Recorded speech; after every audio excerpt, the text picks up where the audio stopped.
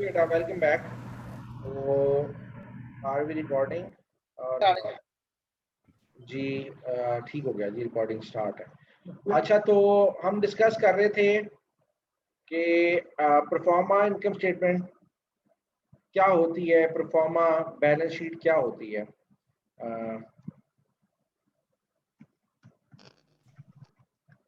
लें जी,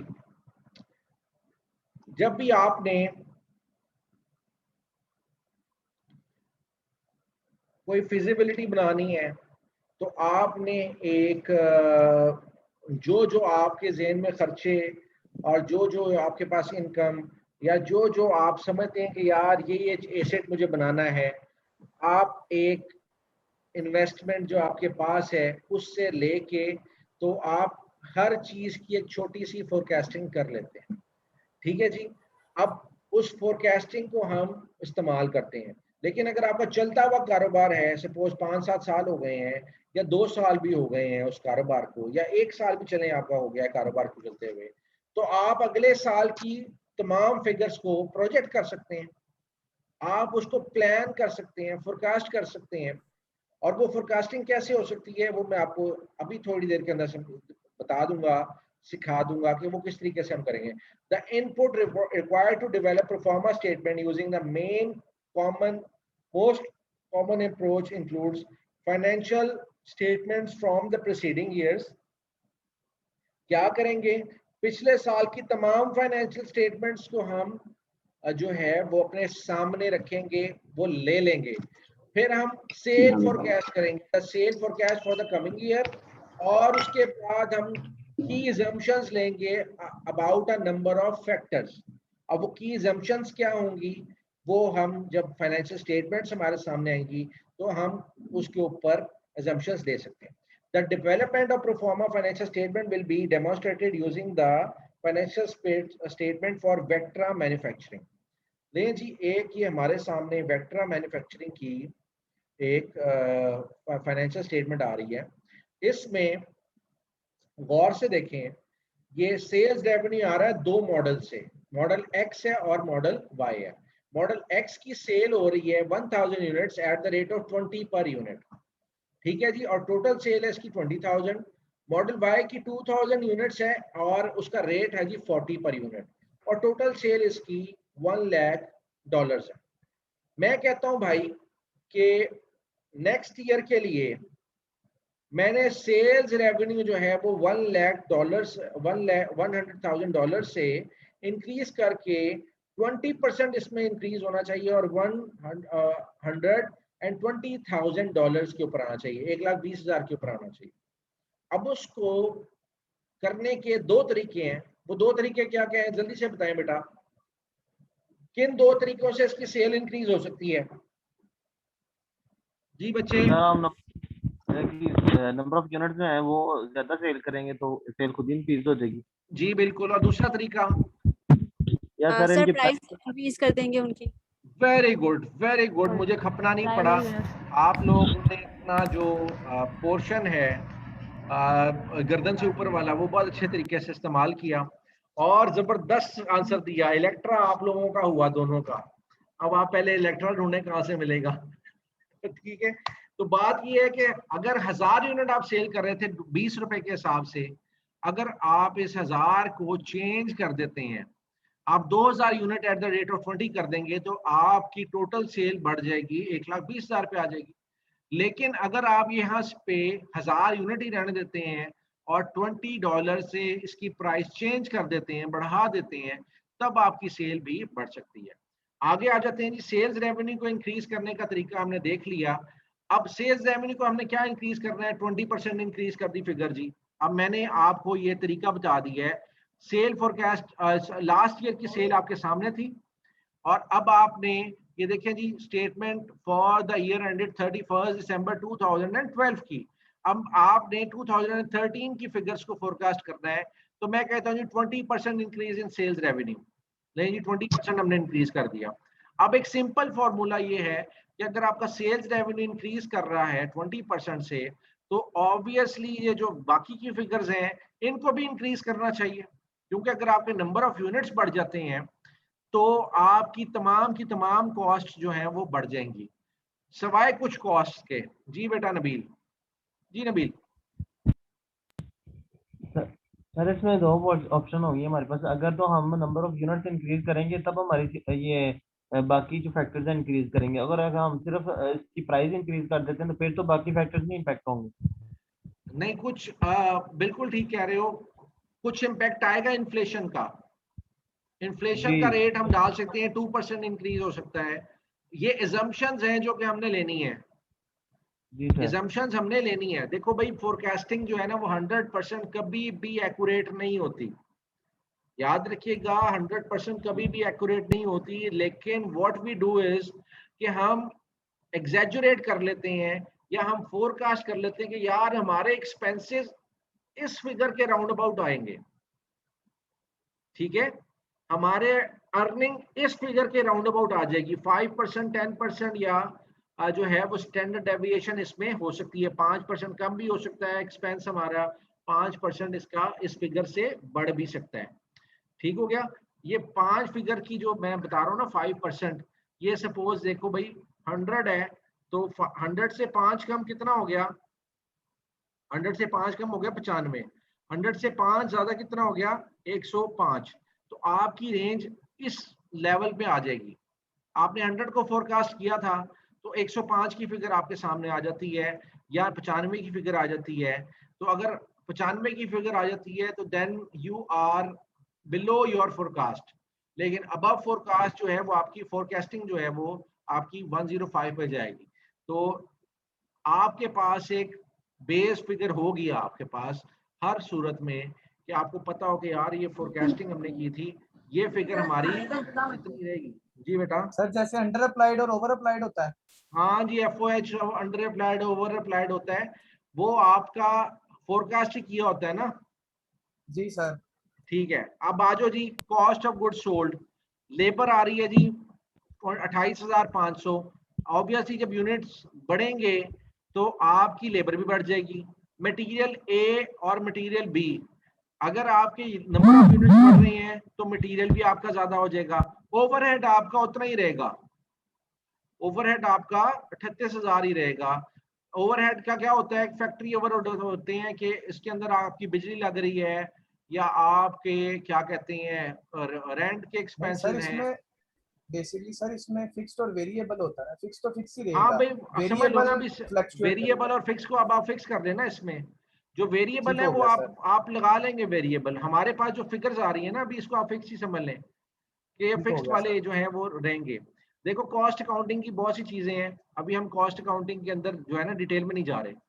जो हमारे सामने है ना सिर्फ उसको देखो। अभी ग्रॉस प्रॉफिट आ गया, ऑपरेटिंग एक्सपेंसेस भी शायद आपके सेम रहे या आपकी इन्फ्लेशन का इफेक्ट की वजह से इसके अंदर रेट्स बढ़ जाते हैं। आप फोरकास्ट करते हैं यार बिजली के रेट्स आपके बढ़ सकते हैं तो आपने ऑपरेटिंग एक्सपेंसेस अपने थोड़े से बढ़ा दिए। ठीक है जी।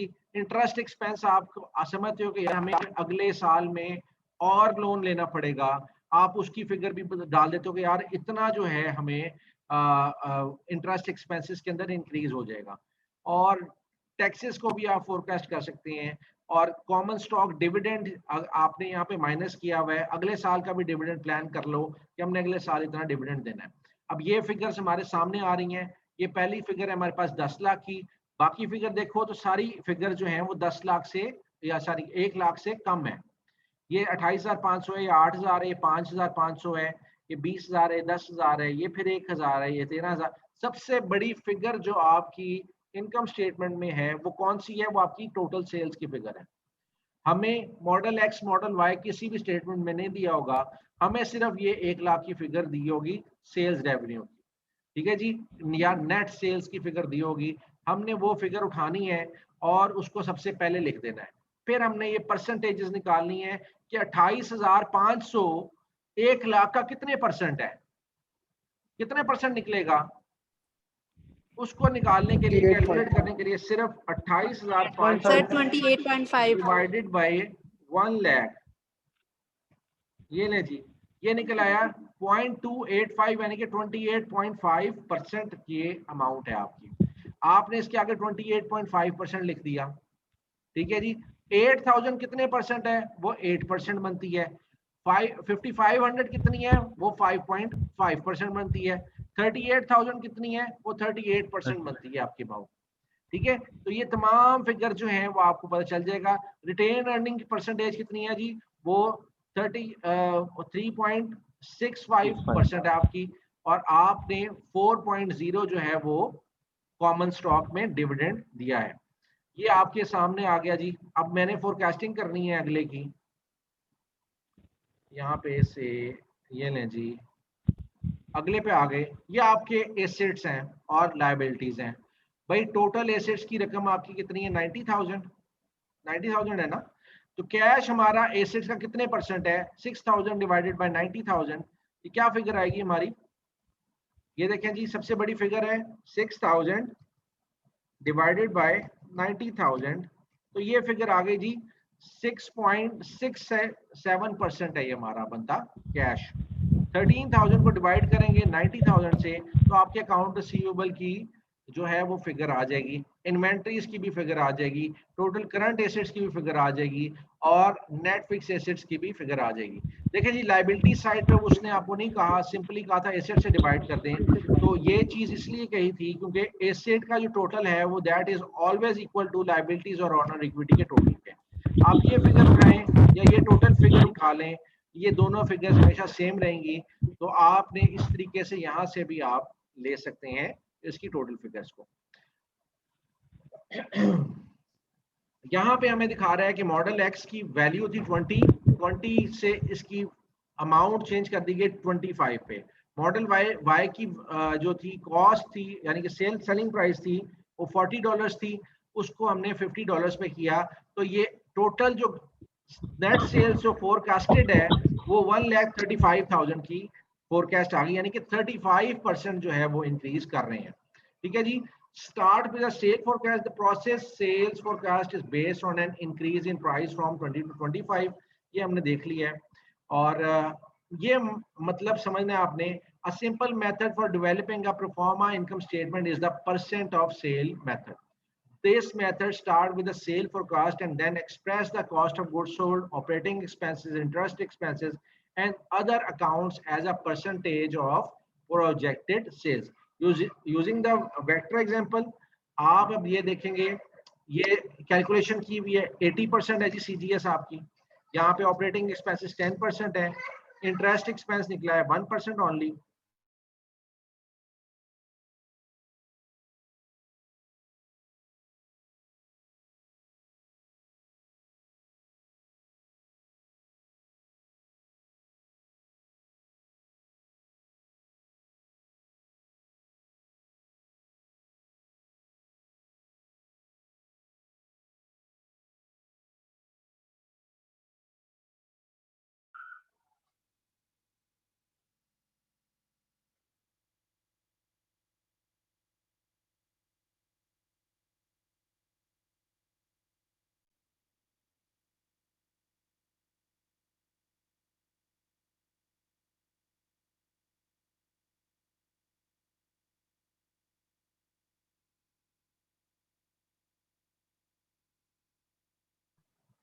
सॉरी बेटा, बस मेरी बेटी आ गई थी रोते हुए, वो जिद कर रही कि जनाब इसको लेके चलें बाहर, लेकिन कोई बात, थोड़ी देर में ले जाते हैं। अच्छा जी, अब बात ये है कि आपने 1,35,000 जो है उसकी फोरकास्टिंग कर ली 35%। ठीक है जी। और 35% के बाद आपको पता है कि आपकी कॉस्ट ऑफ गुड्स सोल्ड जो है वो 80% ऑफ योर सेल्स रेवेन्यू है। वो कैसे पता चला हमें, भाई पहले 1 लाख थी जी, ये वाली पुरानी एग्जांपल देखो, आपने पीछे बताया।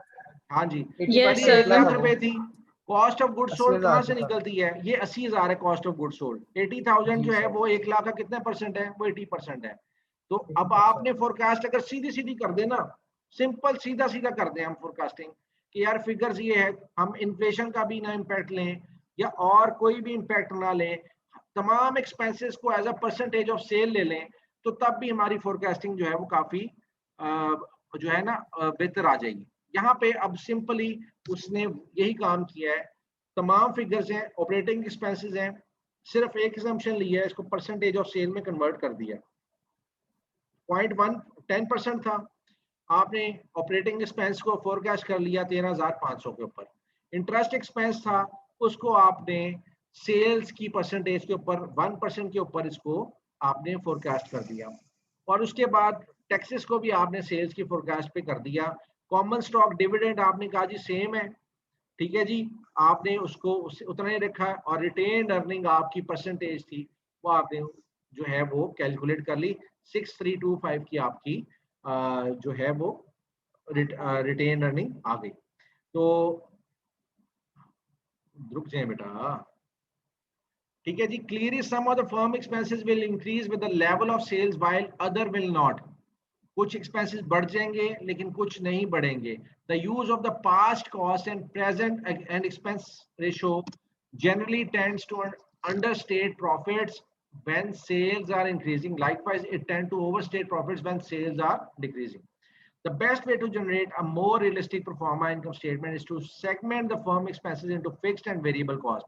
जो कि अभी बच्चे ने थोड़ी देर पहले बात की थी कि सर अगर हम फिक्स एक्सपेंसेस कर लें या वेरिएबल एक्सपेंसेस कर लें तो तब जाके ये हमारी बेहतर फोरकास्ट आ जाएगी। तो बिल्कुल उसने ठीक कहा था, हम अगर फिक्स्ड और वेरिएबल में इसको डिफाइन कर लें तब हमारे एक्सपेंसेस जो है वो मोर एक्यूरेट आ जाएंगे।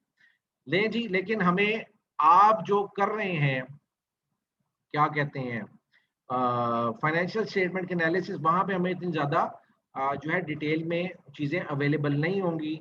तो मैं आपको रेकमेंड नहीं करूंगा कि आप फिक्स्ड और वेरिएबल में कन्वर्ट करें। मैं आपसे ये कहूंगा कि आपके पास जो फिगर्स आ रही हैं उसका स्ट्रेट फॉरवर्ड आपने परसेंटेज ऑफ सेल मेथड लेना है, ठीक है जी, और उसके बाद आपने उसको सेल के साथ कंपेयर करना है, ठीक है, सेल के साथ आपने उसको कंपेयर करना है। अब आ जाते हैं फाइनेंशियल स्टेटमेंट जो है आपकी बैलेंस शीट की। इसमें जजमेंटल अप्रोच जो है, इससे as a simplified approach for preparing the pro forma balance sheet under which the firm estimates the value of current balance sheet accounts and uses its external financing as a balancing or a plug figure। यानी कि ये forecast देखते हैं कि हमने कोई figure इसमें बढ़ रही है या कम हो रही है, तो एक्सटर्नल फाइनेंसिंग को ये एक प्लग इन फिगर के तौर पे इस्तेमाल करते हैं। आगे चल के देख लेते हैं कि कुछ अजम्पशंस ये लेंगे कि यार हमारे पास कैश इतना होना चाहिए हर हाल के अंदर। अच्छा ठीक है बेटा 2 मिनट दे दो, आज के लिए कैश हमारे पास इतना ही होना चाहिए, हमारी मार्केटेबल सिक्योरिटीज हमने इतने ही मेंटेन करके रखनी है। अभी बैलेंस शीट देख लेते हैं ना, दोबारा से मैं बैलेंस शीट के ऊपर जाता हूँ इनकी।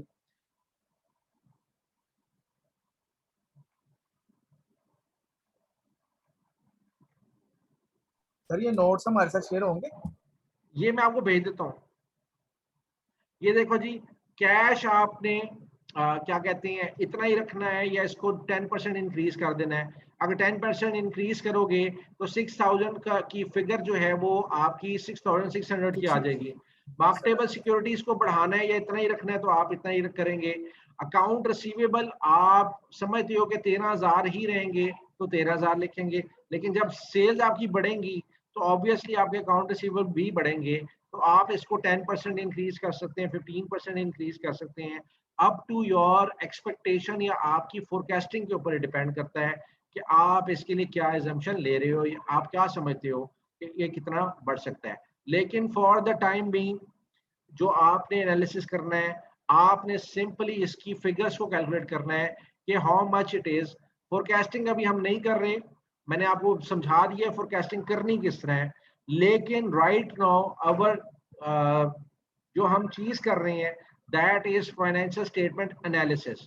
फोरकास्टिंग मैंने आपको सेपरेट सिखा दी है परफॉर्मा इनकम स्टेटमेंट की मदद से, लेकिन हमने यहाँ पे करना है वर्टिकल एनालिसिस। वर्टिकल एनालिसिस में हम देखेंगे 39,000 है, एक साल में 39,000 है, दूसरे साल में 41,000 है, तो क्या ये किस रेशो से बढ़ रहा है, टोटल एसेट्स की किस रेशो से ये अमाउंट जो है वो बढ़ रही है या कम हो रही है, हमने इसके ऊपर कमेंट करना है कि 51,000 है आपके नेट फिक्स एसेट्स, तो वो कितने परसेंट है आपके टोटल एसेट्स के।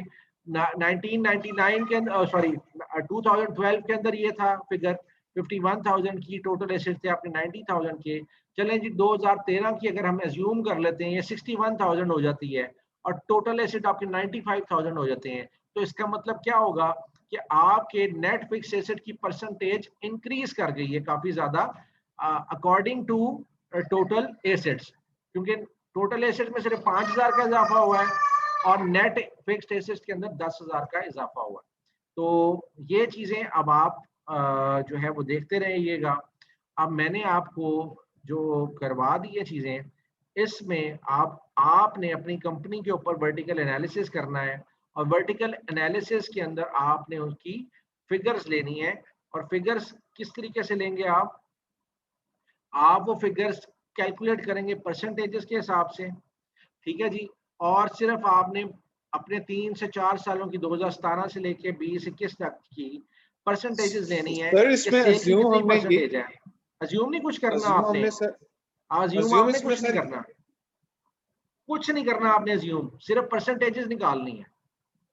ठीक हो गया सर, ठीक हो गया ना। सर इसमें ये नहीं हो सकता जैसे हम टोटल एसेट्स का कर रहे हैं तो उसमें cash divided by total assets multiply by 100 उसके बाद फिर निकलती जाए जिस तरह हम कर रहे हैं जी। अज्यूम हम टोटल एसेट्स को कर रहे हैं जी, आपने सिर्फ एक दफा फार्मूला लगा के उसको ड्रैग करना है, सिर्फ सारी फिगर्स आपकी निकलती आएंगी।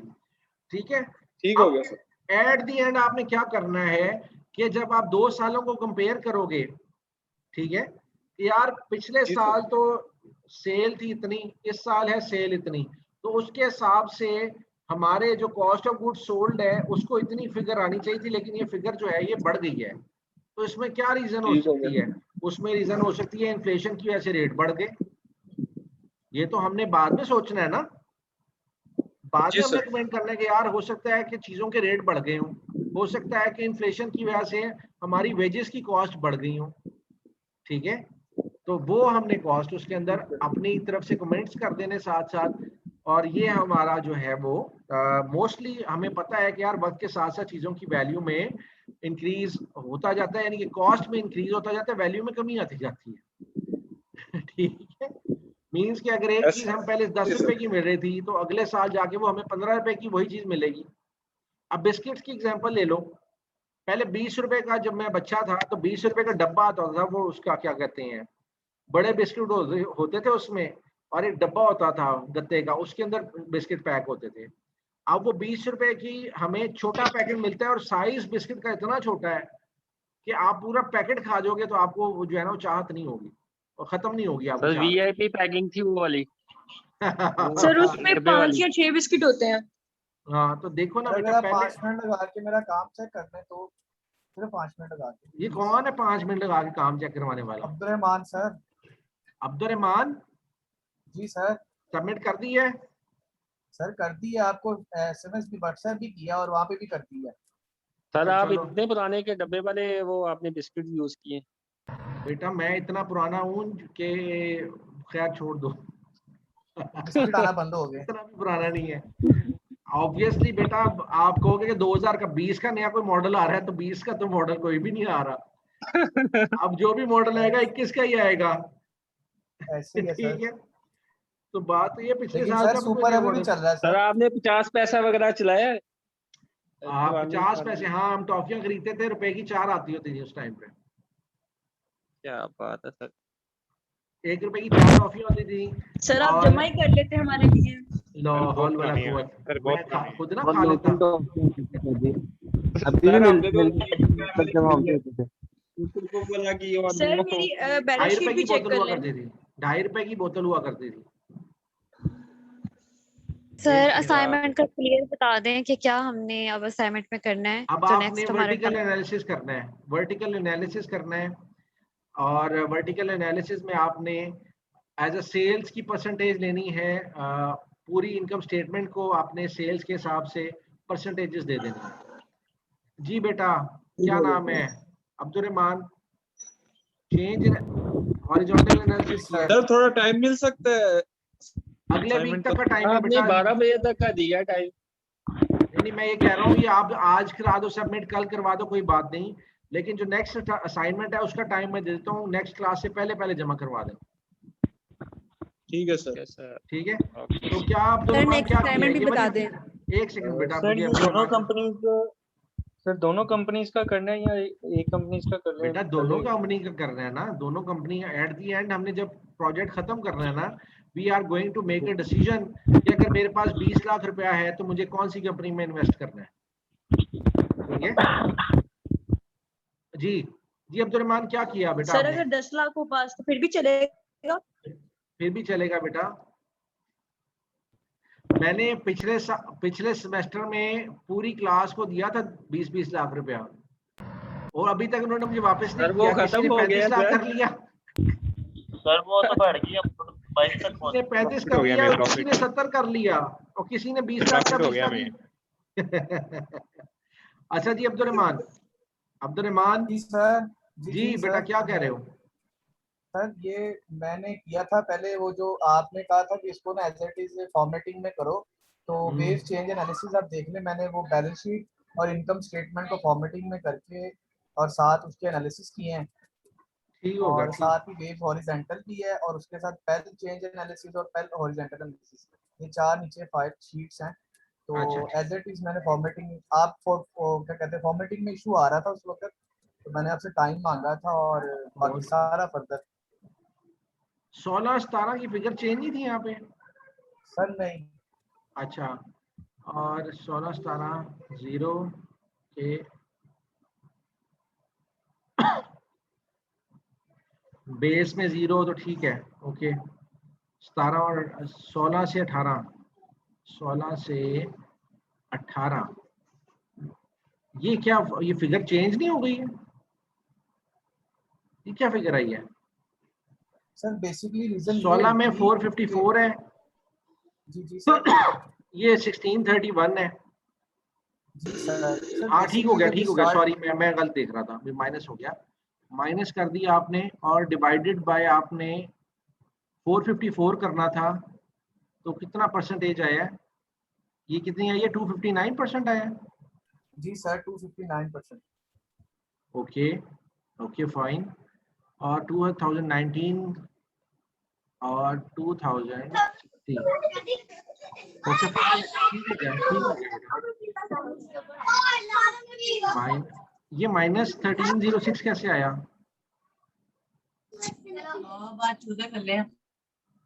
सर उनकी रिटेन अर्निंग्स जो थी वो माइनस में शो हो रही थी वहाँ पे ना, इस वजह से। अच्छा, रिटेन अर्निंग माइनस में शो हो रही थी 15। अच्छा ये 2019 में गिर गई है? नहीं बेटा, ये कैसे 15, ये 150 थी माइनस में, ये प्लस में आ गई ना। चलो खैर कोई नहीं, छोटे मोटे एरर्स आ ही जाते हैं, छोड़ो कोई बात नहीं, ठीक है। चलो अब्दुल रहमान, इसको फिर हम डिस्कस करेंगे बाद में। किसी और ने दिखाना है काम अपना? सर बैलेंस शीट नहीं देखी अस्सलाम आपने? वालेकुम सर। आयशा ओके होगी आपकी बैलेंस शीट? जी सर मुझे क्वेश्चन करना था अब्दुल रहमान का ना, ये इधर इन्होंने बेस ईयर 17 पहले में लिया, दूसरे में बेस ईयर 18 लिया हुआ है, ये ईयर टू ईयर इन्होंने किया हुआ है? ये बेसिकली ईयर टू ईयर नहीं किया हुआ, ये मैंने बेस ईयर 2017 ही लिया हुआ है।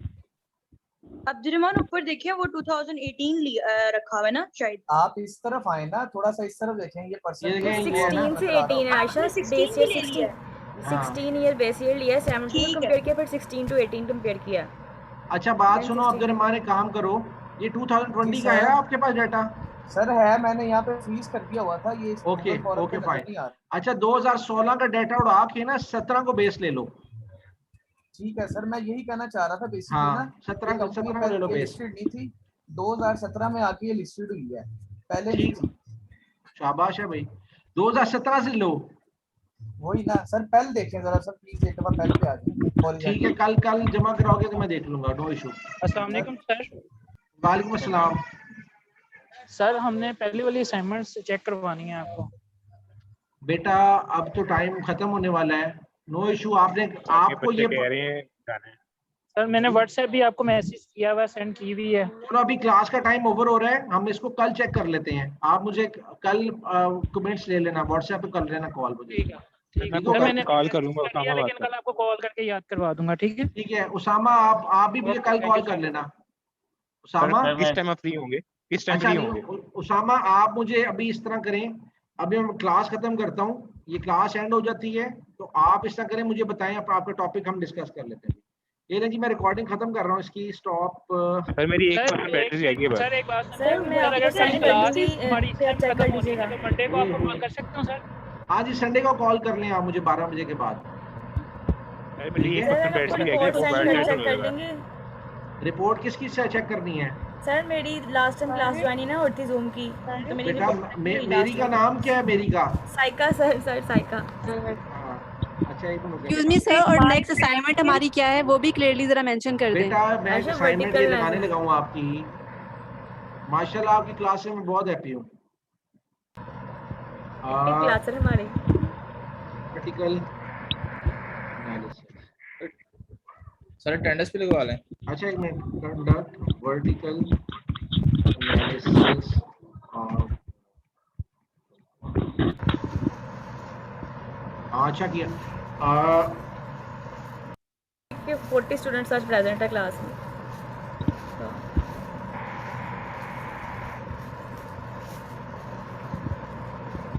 नेक्स्ट क्लास आपकी फ्राइडे को सैटरडे को?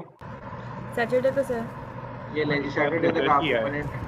हाँ ठीक है सर, सैटरडे को ही है। सैटरडे नहीं, मैं फ्राइडे की नाइट करा देता हूँ ना, तो सैटरडे की सुबह तक करवा दीजिएगा। Okay sir, thank you. एक सेकंड बेटा, मैं आपको कल कॉल कर लूंगा, मेरी बैटरी जरा फोन की डेड होने लगी है। अच्छा चलो ठीक है, मुझे कॉल आप इस तरह करो, 15-20 मिनट तक कॉल करो मुझे। सर मेरे पास चार्जर नहीं है, मैं ऑफिस बैठा हूँ। चलो रिसर्च के लिए मुझे देख लेना। सर मैं आपको कल कॉल करूंगा 12 बजे के बाद। सर ये हॉरिजॉन्टल एनालिसिस का टाइम थोड़ा चेंज कर दें बेटा। कोई बात नहीं, आप जमा करवाएं। ठीक है सर, आप जमा करवाएं, बाद में हम देखेंगे इसको। मुझे अपने 1 मिनट अटेंडेंस लेने दें।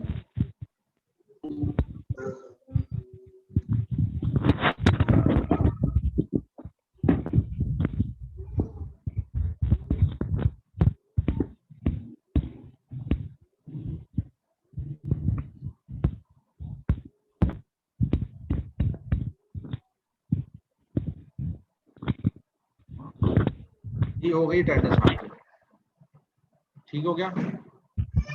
Thank you sir. Thank you sir, Hafiz. Sir class leave कर सकते हैं, नमाज पढ़ने जाना है। जी बेटा अटेंडेंस हो गई सबकी, तो सर आपने स्क्रीनशॉट ले लिए? ले लिया मैंने, ले लिया। सर एक बच्चे की अटेंडेंस लगानी थी मिनाज अहमद, उसका पर्सनल इशू था। सर मेरी भी नहीं हुई थी, मैं सर जी मेरी भी नहीं हुई थी। मेरी का नाम क्या है? चलो बाद में देखते हैं इसको। जो प्रोजेक्ट चेक करवाना चाह रहे थे वो आए सामने। बेटा कौन है? लेगा इनामुल्लाह वाला। जी बेटा वो कौन है प्रोजेक्ट जिसने चेक करवाना था अपना? इनामुल्लाह ने कराना था। जी सर, मुझे थोड़ी एम्बिग्विटी थी तो मैं कहता आपसे डिस्कस कर लूं ताकि मैं नेक्स्ट वर्किंग के उसी के मुताबिक स्टार्ट करूं। इनामुल्लाह सबमिशन तो करवाई कोई नहीं है। इनाम सबमिशन किसने करवाई हुई है प्रोजेक्ट की? सर मैंने फर्स्ट में करवाई थी। वो नहीं, अभी रिसेंटली वाली करवाओ ना। नहीं पुरानी वाली चेक करवानी, रिसेंट वाली तो ये इसके रिसेंट वाली कराओगे ना, ये पीछे वाली जो हॉरिजॉन्टल एनालिसिस, तो फिर इकट्ठा चेक कर लूंगा आपका। ठीक हो गया? मुझे सबमिट करवा के ना कल मुझे कॉल करो दोपहर को, ठीक है? जी माहम।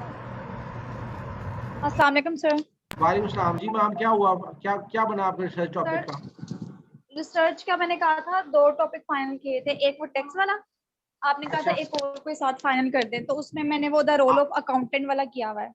नहीं आपने कल मेरी क्लास अटेंड की थी। कल मैंने आपको बताया ना कि मैं मतलब की थी मैंने, लेकिन उस टाइम मैं डिस्कस नहीं कर सकी, मैं बिजी थी थोड़ा, हॉस्पिटल गई थी मामा साथ।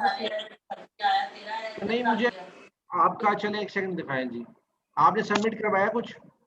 हाँ जी सर, सिर्फ उसका इंट्रो और जो आपने। एक मिनट बेटा मुझे निकालने दें।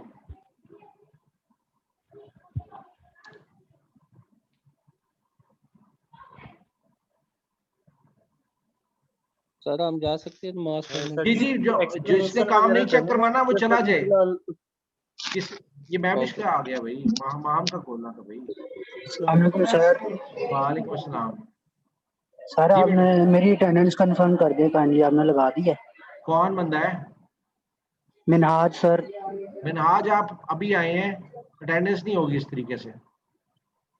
सर मैं दरअसल ना घर पे नहीं हूँ, मैं गया हूँ तो मैंने वो भी नेट कनेक्ट करके वो मैंने चेक किया है सर। मैंने वो बेटा अहमद बाद को में बताया। सर मैं फर्स्ट सेशन में भी था और लास्ट सेशन में भी। मिड वाले सेशन में मेरा थोड़ा इंटरनेट प्रॉब्लम था, उसके अंदर था लेकिन लीव हो गया था, आता था लीव हो बेटा जाता मैंने था, अभी ये मामला था। स्क्रीनशॉट लिया है, जिस स्टूडेंट का नाम स्क्रीनशॉट में आ जाएगा उसकी अटेंडेंस लग जाएगी। सर ये लास्ट वाले में लिया ना? हाँ जी लास्ट वाले में लिया। उसमें ना हो।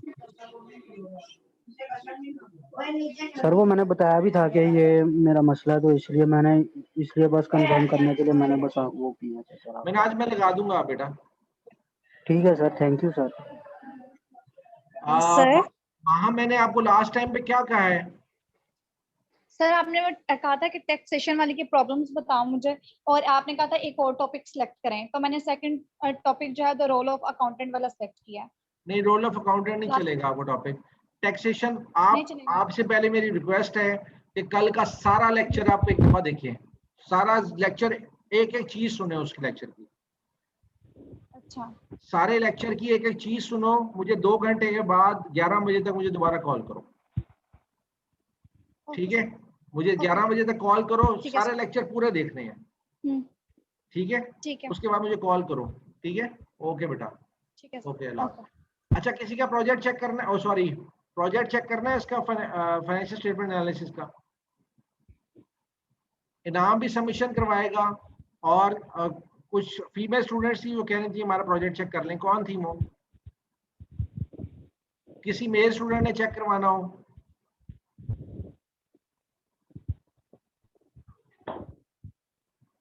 चलिए बेटा फिर अपना ख्याल रखिएगा, सेशन को एंड करते हैं, फिर इंशाल्लाह नेक्स्ट क्लास में आप लोगों से मुलाकात होती है। अल्लाह सर मैं एक बात कर सकती हूँ? जी सर बेटा, जी बेटा। सर मेरा ना 2 वीक से ये इशू हो रहा है कि जब ये टेनिस की बारी आती है लाइट चली जाती है, कोई इशू हो जाए तो आप स्क्रीनशॉट लेते हैं आई थिंक। हाँ जी मैं लगा दूंगा अटेंडेंस बेटा। सर वो स्टार्ट से ही ऐसे होता है, फिर मिस हो जाता है, तो आप नहीं मैं काइंडली लगा देख दूंगा, लीजिएगा। आपकी अटेंडेंस लगा दूंगा, ठीक है? Okay sir, thank you sir. Okay अल्लाह हाफ़िज़।